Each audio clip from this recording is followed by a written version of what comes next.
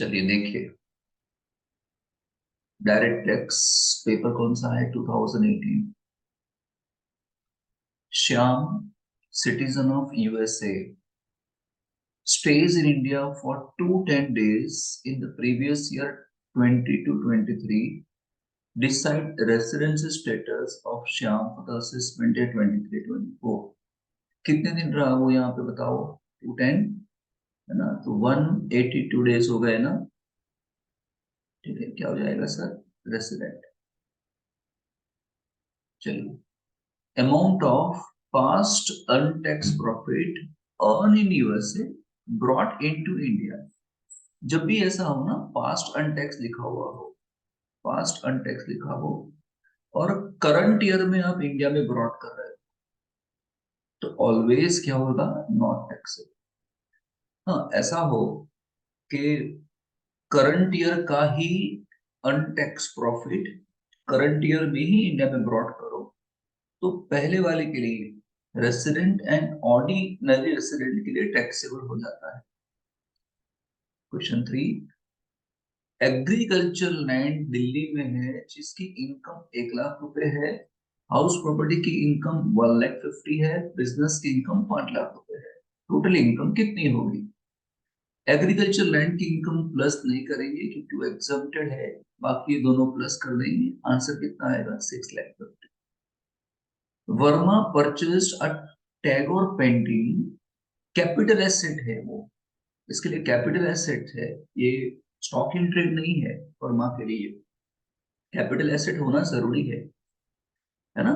Capital asset में कौन कौन से एसेट थी ये आपको याद होना चाहिए, है ना। Painting, drawing, sculpture, archaeological collections, याद है ना। फिर ज्वेलरी, बुलियन, है ना, डिजिटल, वर्चुअल डिजिटल एसेट जिसमें हम क्रिप्टो करेंसी लेते थे ना, ये सब चीजें आपको याद होना चाहिए कैपिटल एसेट से। For 6,50,000 from A, not a dealer in the painting, वो डीलर नहीं है पेंटिंग के अंदर। द फेयर मार्केट वैल्यू कितना है? 15 लाख से। ओहो, 15 lakhs का फेयर मार्केट वैल्यू, उसने कितना पेमेंट किया है सर? 6,50,000 किया है, 6,50,000 किया है पेमेंट, आई थिंक, है ना। तो ये हो गया उसका फेयर मार्केट वैल्यू, ये उसका हो गया purchase consideration. Fair market value इसे हम क्या बोलेंगे? इनएडिक्वेट कंसिडरेशन। ठीक है, तो डिफरेंस कितना हो जाएगा सर? 8,50,000 टैक्सेबल हो जाएगा। Mister A, Indian citizen, visit India for 62 days in the previous year 22 days and remains present in India for 366 days 1920। Determine the residence status of Mr. A। Indian citizen है, India में visit कर रहा है, तो ऐसे cases में आपको 182 days ही देखना है। एक्सेप्शन में आ जाता है, और एक्सेप्शन के अंदर 182 डेज वाली कंडीशन ही लगती है, वो 60 एंड 365 वो लगता नहीं है। मिस्टर ए, समझ गए ना? ये आंसर समझ गए? तो 182 चेक करना है। 182 नहीं हो रहा है, इसलिए क्या है सर? क्या वो रेसिडेंट हुआ ना? रेसिडेंट तो है ही नहीं, रेसिडेंट तो है ही नहीं, तो आंसर क्या है? ना। Mr. A received a dividend of days from domestic company for the previous year 22 days. Company has paid dividend distribution on dividend declared, then the dividend is exempt up to, है ना। अभी dividend distribution tax अभी होता नहीं है, निकाल दिया, है ना। पहले कंपनी को टैक्स पे करना पड़ता था, अभी एसएससी को ही टैक्स पे करना पड़ता है ना। अभी डिविडेंड डिस्ट्रीब्यूशन टैक्स नहीं लगता है, तो अभी 120 ही आंसर आना चाहिए। 120 नहीं है, इसलिए none of allowed. How much income of interest income of bond USA? 50,000। 25% income received in India considered as income earned in India। ठीक है। तो 50,000 के 25% किया जाए कितना है? 12,500 income earn in India, 12,500 as resident, but not ordinary resident in India. नहीं, 12,500 तो सबके लिए टैक्सेबल हो जाएगा, क्योंकि रेसिडेंट इंडिया बोल दिया मतलब वो इंडियन इनकम हो गया, और इंडियन इनकम सबके लिए टैक्सेबल है। तो 12,500 सिर्फ इसके लिए टैक्सेबल होगा ना। 50,000 रेसिडेंट, ऑर्डिनरी रेसिडेंट ना। 12,500 एज नॉन रेसिडेंट, नहीं नहीं, आंसर कौन सा? समझ गए ना? 12,500, 12,500 वो इंडियन इनकम बनेगा। क्या बनेगा? Indian income. और इंडियन इनकम तीनों के लिए टैक्सेबल था। और बाकी जो इनकम आती है 37,500, वो फॉरेन इनकम बन जाएगा। तो फॉरेन इनकम पहले वाले के लिए टैक्सेबल है, बाकी दो के लिए नॉट टैक्सेबल। समझ में आया कि नहीं आया? तो 50,000 रेसिडेंट और ऑर्डिनरी रेसिडेंट।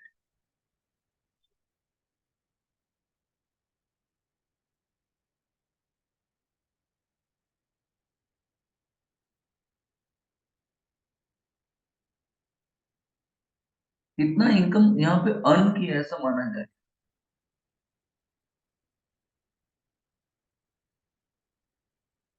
12,500 यहाँ पे अर्न किया ऐसा माना जाएगा, ये सही है। 50,000 इसके लिए भी सही है। देखो 50,000 हो रहा है ना ये दोनों मिला के इसके केसेस में, है ना। And 12,500 for non resident ordinary resident, ये उसके लिए भी है। समझ गए ना? तो ऑल ऑफ अबव। देखो 12,500 इन सबके लिए टैक्सेबल है, और 37,500 इसके लिए टैक्सेबल था। तो यहाँ हो गया 50, है ना। यहाँ कितना होगा? 12,500। यहाँ कितना होगा? 12,500। ठीक है, 12,500, 12,500 एंड 50, ऑल ऑफ अबव।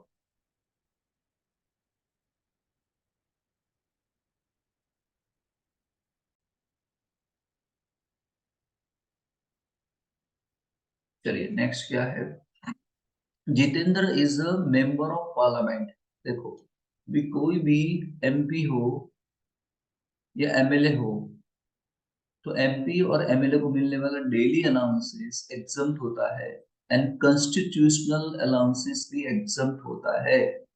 तो ये जो अलाउंसेस मिल रहा है डेली अलाउंसेस, क्या हो जाएगा sir? Exempt.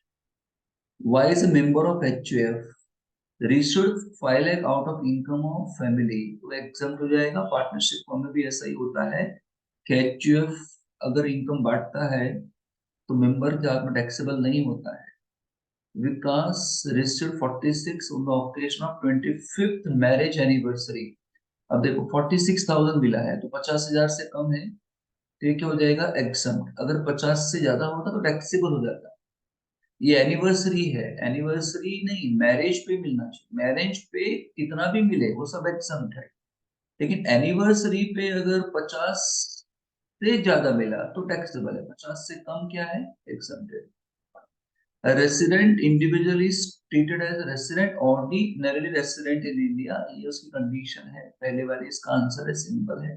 12 dividend paid by Indian company but received one half in Japan. Indian company dividend pay करेगी तो इंडियन इनकम बन जाएगा।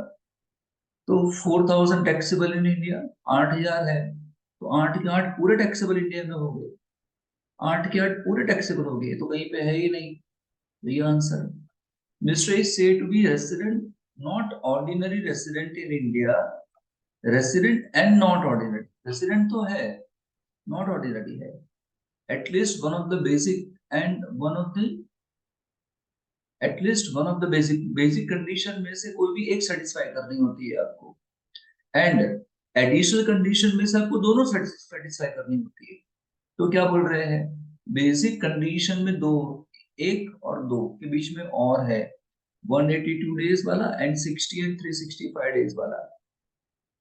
इनमें से कोई भी एक सेटिस्फाई हो जाए, रेसिडेंट हो जाओगे। लेकिन एडिशनल कंडीशन में जो भी था ना, वो अब दोनों सेटिस्फाई करना है आपको, है ना। 10 सालों में 2 साल रेसिडेंट होनी चाहिए, एंड पिछले 7 सालों में 730 डेज होनी चाहिए, तो एक ही सेटिस्फाई हो रहा है समय, तो हो जाएगा ना resident and non resident. Simple है ना।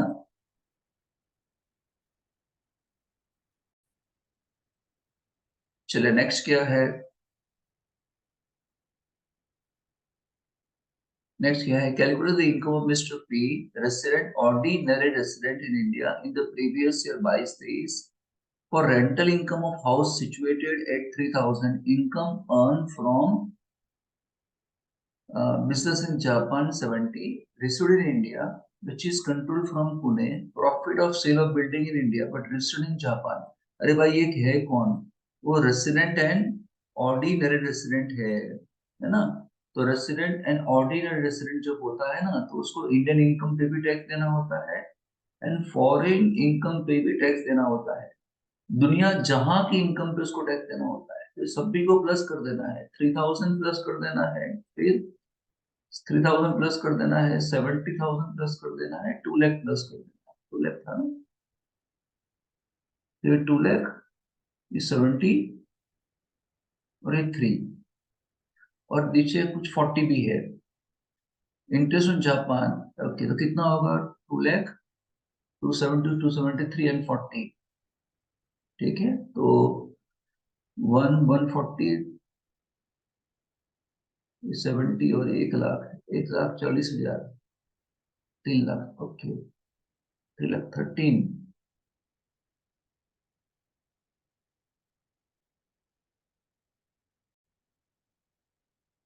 देखो इन सबको प्लस कर देना है, ये 3000 को इन सबको प्लस करना है, 3000, 70 एंड 40। तो 70 एंड 40, 1,10,000, 1,13,000, 3,13,000 हो गया ना, सब प्लस हो जाएगा यार, सिंपल सी बात है। क्यों? क्योंकि वो रेसिडेंट है, ऑर्डिनरी रेसिडेंट है, और उसके लिए सब इनकम टैक्सेबल हो जाती है। Mister P is a partner in a partnership firm, याद रखना पार्टनर को पार्टनरशिप फर्म से जो शेयर मिलता है वो एग्जम्प्ट होता है ना, तो nothing will be taxable. Head office of ABC एक्चुएफ सिचुएटेड इन लंदन है। The family is managed by karta who is resident in India for 5 years out of 10 years preceding previous year and present in India for 729 days last 7 years where ABC is partially control हो जाएगा ना। अगर wholly या partially control from India है तो वो resident हो जाएगा। तो रेसिडेंट तो है, लेकिन फिर ऑर्डिनरी जानने के लिए कर्ता को वो इंडिविजुअल की जो एडिशनल कंडीशन थी ना सेटिस्फाई करनी पड़ेगी। यानी कौन सी, वही यार, 10 सालों में 2 साल आर होना चाहिए एंड 730 डेज होना चाहिए, है ना। लेकिन ये 729 हो रहा है, देखो, इसलिए क्या हो जाएगा, रेसिडेंट तो हो जाएगा लेकिन ऑर्डिनरी होगा नहीं। ये आंसर आ जाएगा। X received 70 something as business income. Also, this as a share from the Hindu and Divided family. Being a member for the previous 2023, what will be taxable income? याद रखना taxable income के अंदर ये जो आपको HUF से मिला है वो नहीं आएगा, वो तो exempted है ना, तो सिर्फ यही लिया जाएगा। नेक्स्ट है, Paresh has received 1 lakh interest on compensation of compulsory acquisition of land by the government during this. To realize such interest, Mr. Paresh has incurred legal expense of 10. What will be the taxable amount in the hand of? अब देखो कितने मिले थे उसको, 1 लाख में मिले हुए हैं, 1 लाख में मिले हुए हैं। तो ये कहता है कि जब भी इंटरेस्ट मिला हो आपको गवर्नमेंट से for compulsory acquisition of property, तो 50% इंटरेस्ट एग्जम्प्ट हो जाएगा, यानी 50,000 एग्जम्प्ट हो जाएगा। तो बाकी 50 क्या हो जाएगा, टैक्सेबल। तो 50 कहीं पे लिखा हुआ है सर, ये रहा, तो ये टैक्सेबल हो जाएगा। Rahul Patel, resident in India, purchase shares in Indian company by investing borrowed capital. Aggregate dividend income from these companies during the previous year, these 8,80,500, well interest liability on the borrowed capital is 2,50,000. Okay, तो आप dividend कितना कमाए, अब dividend कमाए कितना, कितना earn किया, 8,80,500, और ये कमाने के लिए आपने इंटरेस्ट पे किया है, तो इंटरेस्ट अलाउबल एक्सपेंडिचर है, कितना पे किया आपने, 2,50,000, बचा कितना, 6,30,000। सर ये क्या हो जाएगा, टैक्स हो जाएगा। ठीक है, डिविडेंड के अंदर इंटरेस्ट का खर्चा अलाउड है। मान लो अगर डिविडेंड म्यूचुअल फंड से होता म्यूचुअल फंड तो नहीं है ना यहाँ पे। तो अगर म्यूचुअल फंड पे होता तो 20% का उस पे लिमिट है। यहाँ पे ये आंसर होना चाहिए, ये नहीं होना चाहिए। चलिए, Arun who was taken a property in Delhi, rent paying monthly rent this, sublet to Ajay who rent of 30,000 per month. Calculate the amount received in the hands of Arun from house property. अरे यार, sublet करते हो ना आप क्या करोगे? Subletting करोगे तो सबलेटिंग के अंदर आपके हाथ में जो रेंट आएगा वो एचपी में नहीं आएगा, वो तो कहाँ जाएगा? अदर सोर्स में जाएगा। आप इसके ओनर होने चाहिए। अगर आप ओनर नहीं है तो इस पे टैक्सेबल होगा नहीं। बराबर, अरुण ने प्रॉपर्टी ली थी रेंट पे 50,000 पे, और किसको दे दिया था? अजय को, है ना? तो अरुण जो टैक्स पे करेगा कहाँ पे पे करेगा? Not taxable under the head house property में नॉट टैक्सेबल होगा। ठीक है, अदर सोर्सेस में टैक्सेबल होगा।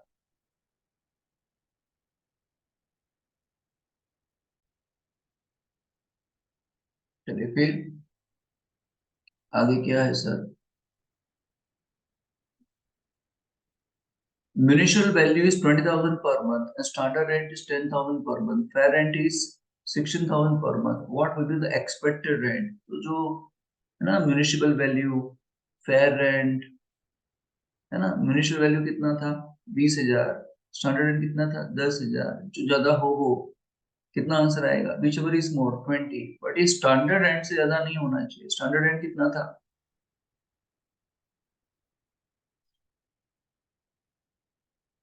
ओके सॉरी, ये क्या था? ये गलत है। बताओ, म्यूनिसिपल वैल्यू कितना था? म्यूनिसिपल वैल्यू 20,000 था। फेयर रेंट कितना है? फेयर रेंट था 16,000। विच एवर इज मोर, बोलो कितना है? 20। बस स्टैंडर्ड से ज्यादा नहीं होना चाहिए। स्टैंडर्ड कितना है? 10। तो द आंसर इज 10।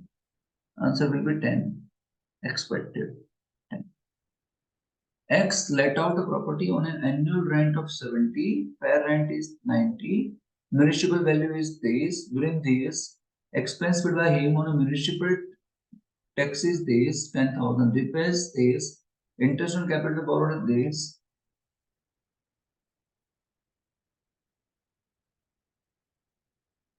ठीक है? How much winning amount will be borrowed taxable under the income from others? कहाँ कहाँ गया यार? अरे नीचे कहाँ चला गया? What is the income from house property? House property से कितनी इनकम होगी? चलो फटाफट गिन लेते हैं, है ना? फटाफट फटाफट गिन लेते हैं। किस तरीके से बताओ? Let out for annual rent of this, fair rent is 50 90, municipal value is 80। बोलो तो वो 90, वो कितना था? 80। बोलो which ever is more, 90। But standard से ज्यादा नहीं होना चाहिए। स्टैंडर्ड रेंट दिया है,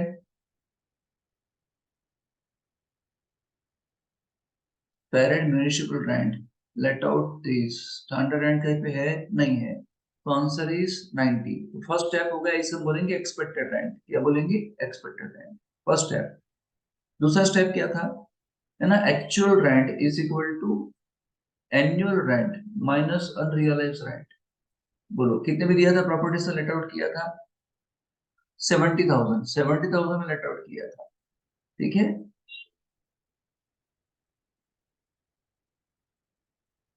ओके। चले 90 का तो 70, विच एवर इज मोर, तो आ जाएगा सर 90। इसमें से लॉस ड्यू टू वैकेंसी क्या करना होता है? माइनस, वो है नहीं। आंसर कितना आएगा? 90 में से क्या करना है? म्यूनिसिपल, अच्छा ढूंढना क्या है? ओके, 30% इसका मिल जाएगा आपको सर। 30% इसका कितना आएगा? 27। एंड इंटरेस्ट ऑन कैपिटल बोरो मिल जाएगा। कितना पे किया है? 25। तो 25 मिल जाएगा आपको। बोलो लेस करने के बाद कितना आएगा? ये हो जाएगा दोनों मिला के कितना? 52। तो 90 माइनस 52 कितना हो जाएगा? 38।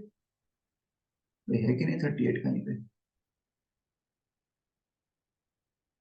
38 तो नहीं है कहीं पर आंसर।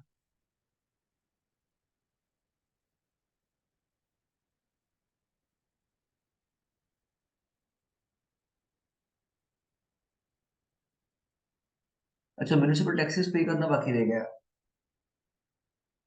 ओके, देखो यहां तक था। कुछ और कर रहे हो सर आप। चलो ये क्या आ गया, नेट एनुअल वैल्यू आ गया।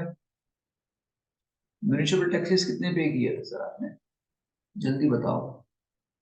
म्यूनिसिपल टैक्सेस कितना था, 10,000। ये कितना हो जाएगा, 80,000। फिर 80,000 के 30% पे करने पड़ेंगे, स्टैंडर्ड डिडक्शन कितना आएगा, 24। एंड फिर इंटरेस्ट आएगा कैपिटल बोरो पे, कितना है, 25 तो मिल ही जाएगा, 25। अब ये कितना हो रहा है, 9 and 49। लेस करो कितना आएगा, 31। भाई 31 है कि नहीं, वो भी नहीं है। और क्या बाकी बचा भाई, जल्दी।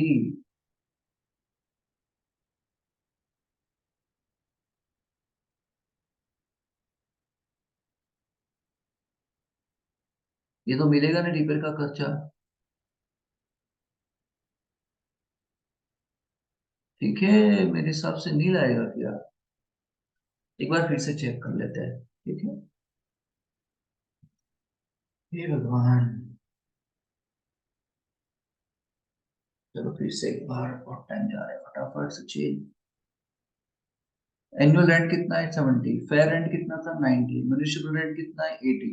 बताओ, 90 का तो 80, which ever is more, answer is 90। Starter rent तो आपको दिया नहीं है, तो ये आ जाएगा 90 एक्सपेक्टेड रेंट। चलो फिर कितने पे लेट आउट किया था, 70,000। तो 70 माइनस अनरियलाइज रेंट तो है नहीं, तो 70, विच एवर इज मोर, तो वो 90। लॉस ड्यू टू वैकेंसी है, लॉस ड्यू टू वैकेंसी है, वो नहीं है, तो कितना सर, 90। ये आ गया आपका ग्रॉस एनुअल वैल्यू। में से क्या पेश करोगे, म्यूनिसिपल टैक्सेस पे करोगे, है ना, paid by he municipal taxes कितना, 10,000 पे किया है, तो कितना हो जाएगा, 80,000। और फिर दो खर्च मिलने वाले, 30% ऑफ एनईवी, तो 30% 24 आएगा। और इंटरेस्ट ऑन कैपिटल बोरो कितना आएगा सर, इंटरेस्ट ऑन कैपिटल बोरो 25, तो 25 मिल जाएगा। तो इन दोनों को यहाँ से क्या कर देना है सर, माइनस। ये कितने हो रहे हैं, तो ये 31 आंसर आना चाहिए। 31 यहाँ पे ऐसा कहीं आंसर नहीं है, तो answer is nil. Gross amount 10 lakh has been won by Alex from lottery. Incurred expenditure this to won this entry. How much winning from will be taxable under the head? Total 10 lakh taxable हो जाएगा। Other source 10 lakh taxable हो जाएगा ना, क्योंकि expenditure बाद नहीं मिलता है आपको यहाँ से। 10 लाख आंसर आएगा, ये नहीं आएगा। Income derived from vacant land, vacant land से डिराइव्ड जो भी इनकम होगी वो अदर सोर्स में जाने वाली है। May be chargeable to tax under the head income from house, नहीं। What would not be chargeable to tax under the head income from house, would not be chargeable to tax under the head. बराबर है, house property taxable नहीं होगा, would not be, would be chargeable to tax under the head income from, क्या है ये, either A or B.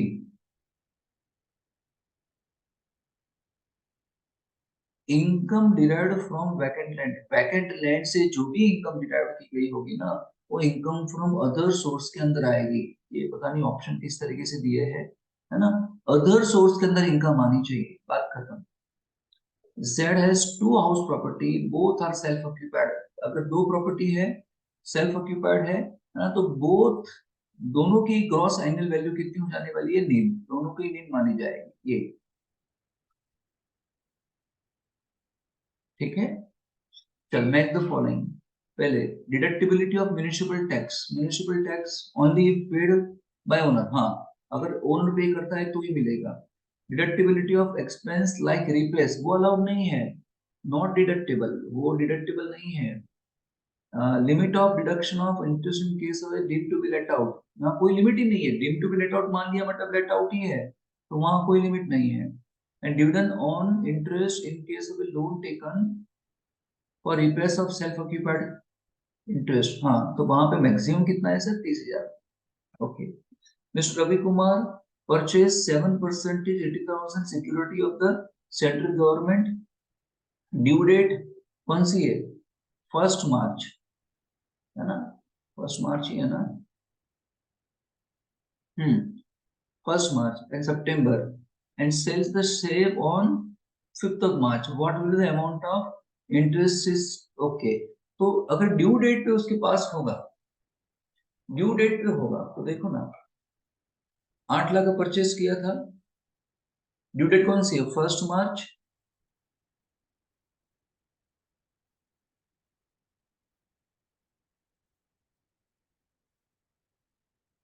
Accounting year है, accounting year में due date कौन सी आ रही है सर, तो 1 मार्च आ रही है, यहाँ पे 1 मार्च, एंड दूसरा कौन आ रहा है 1 सितंबर, तो 1 सितंबर को आ रहा है।